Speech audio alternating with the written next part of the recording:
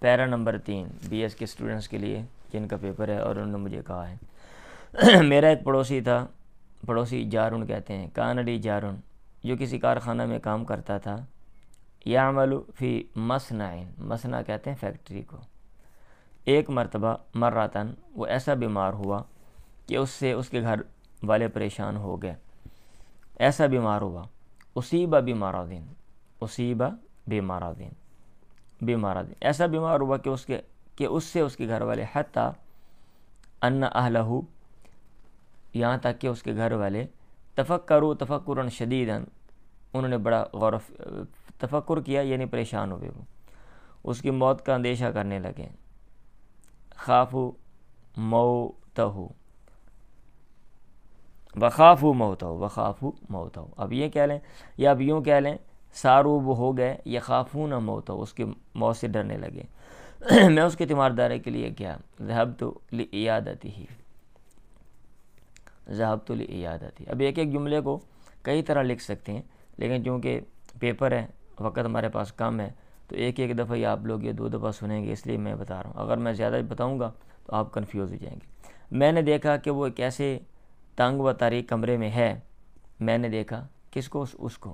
رأیتہ، میں نے اس کو دیکھا، کس میں؟ تنگ اور تاریک کمرے میں، فی حجرۃ، تنگ، ضیقۃ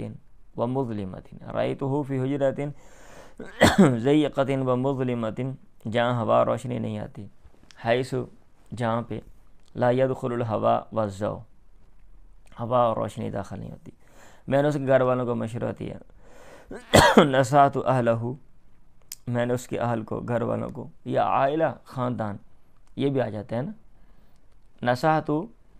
عائلتہ، میں نے اس کے گھر والوں کو مشورہ دیا، بادخالہ الی المستشفی، کہ اسپتال میں اس کو داخل کرنے کا،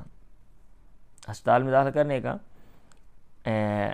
مشورہ دیا کہ اسے ایسے اسپتال میں داخل کریں جہاں مناسب دیکھ بھال ہو سکے، ٹھیک ہے، حیث،